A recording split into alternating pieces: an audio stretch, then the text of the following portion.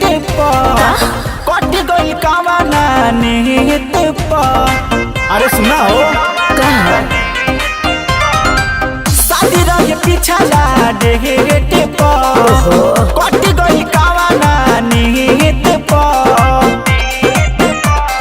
भइल नहीं शादी उमर होई बराबादी सच सच तोर बताब का मन बा। सुना शादियों करे से करे के मन बा एगो सहनी जी के लइका पसंद बा। शादियों करे से करे के मन बा एगो सहनी जी के लइका पसंद बा।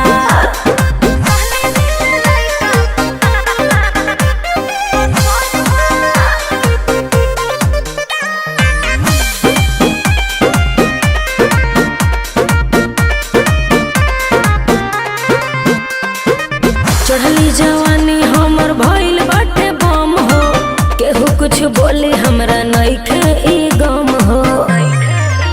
रख अपना जवानी पजो शादी होई त पलंग दी हतो।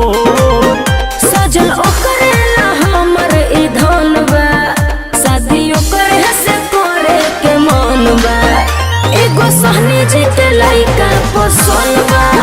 शादी ओकरे से करे के मन बा एगो सहनी जी के लइका पसंद बा।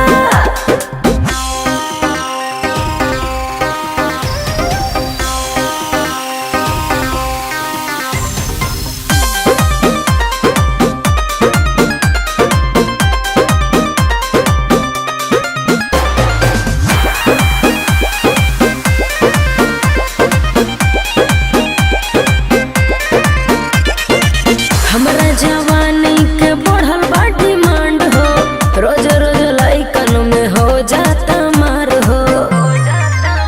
देखी तोहरा के बोले सब बोल कहियो कदी जवानी तोहर झोल। लोग प्रेमी के हो जाई मन बा शादी ओकरे से करे के मन बा एगो सहनी जी के लइका पसंद बा। शादी ओकरे से करे के मन बा एगो सहनी जी के लइका पसंद बा।